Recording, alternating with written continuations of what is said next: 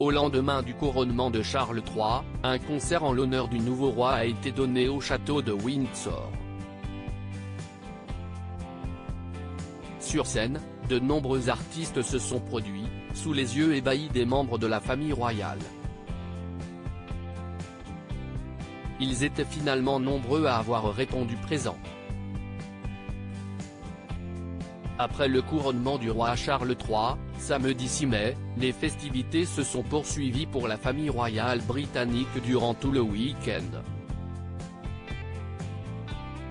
Dimanche 7 mai, un big lunch a ainsi été organisé dans les rues de Londres, auquel ont été invités des bénévoles ou encore des jeunes britanniques triés sur le volet, suivi, le soir, d'un concert événement pour clore ce moment historique pour la Grande-Bretagne.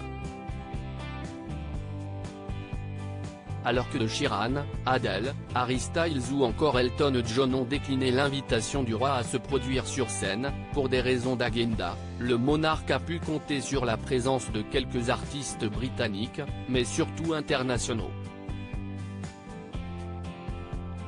Katy Perry et Lionel Richie ont enflammé la scène ainsi, en tête d'affiche, CST Katy Perry qui a été annoncée pour ce concert événement.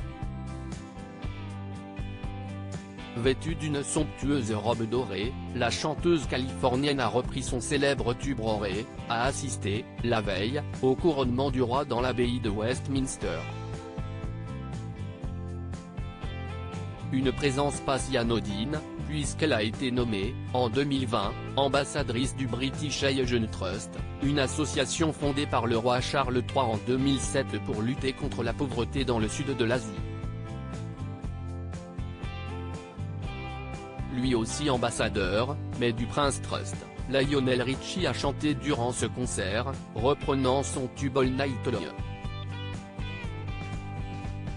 L'ex-Pussycat Dolls Nicole Scherzinger, a, quant à elle, interprété la chanson du dessin animé Mulan, accompagnée par le pianiste Lang Lang. Papa, nous sommes tous si fiers de toi. Du côté des artistes britanniques, si Charles III a dû se passer des Spice Girls, qu'il avait pourtant eu l'honneur de rencontrer il y a plusieurs années, il a pu compter sur la présence du groupe Take That, sans Robbie Williams, ainsi que de la chanteuse Paloma Faith. Le ténor italien Andrea Bocelli s'est lui aussi produit sur scène, sous les yeux émerveillés de la famille royale, quasiment au complet. L'occasion également pour le prince William, venu avec son épouse qui a été leurs enfants aînés George et Charlotte, de livrer un discours émouvant pour saluer l'engagement de son père envers son pays et pour l'environnement, bien avant que cela ne soit un sujet du quotidien. Papa, nous sommes tous si fiers de toi, a-t-il conclu, après avoir eu une tendre pensée pour Elisabeth II, qui les regarde avec tendresse de là-haut et doit être une mère fière. Article écrit en collaboration avec 6 Médias.